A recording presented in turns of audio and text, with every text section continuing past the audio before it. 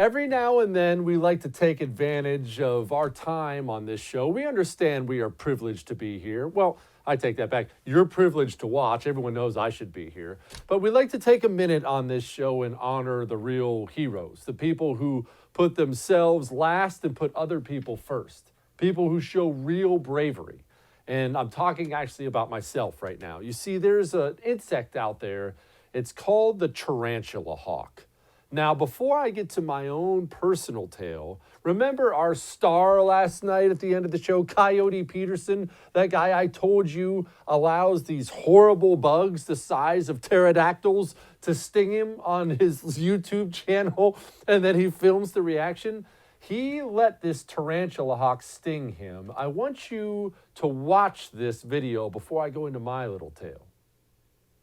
I'm Coyote Peterson, and I'm about to enter the sting zone with the tarantula hawk. Let's go for it. 1, 2, here we go, 3.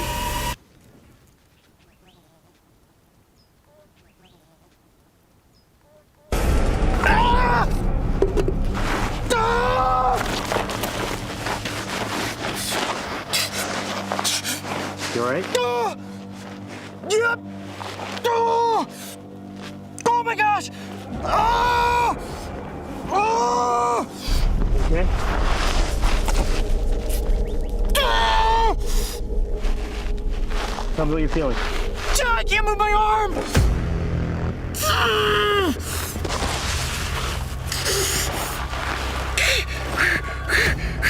That is the most intense pain I've ever felt! I don't think I can talk!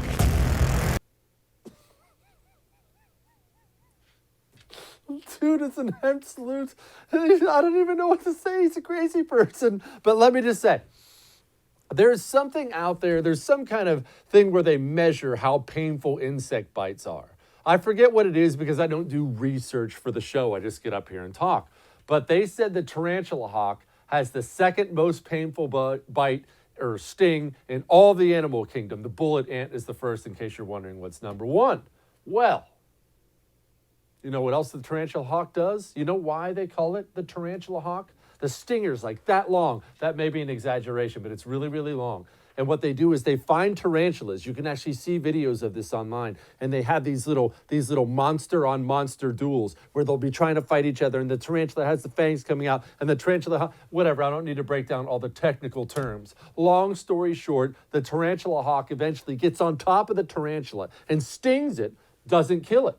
Stings it, so it's just laying there paralyzed, like, oh, I'm dying. The tarantula hawk then lays its eggs inside of the tarantula, the still living tarantula, where the eggs live until the eggs hatch, and the little tarantula hawk hatchlings eat their way out of the tarantula, killing it. On my life, this is not something from the movie Aliens. This is a real animal that exists out there. And I wanted to tell you, at one point in time, I killed one with my bare hands.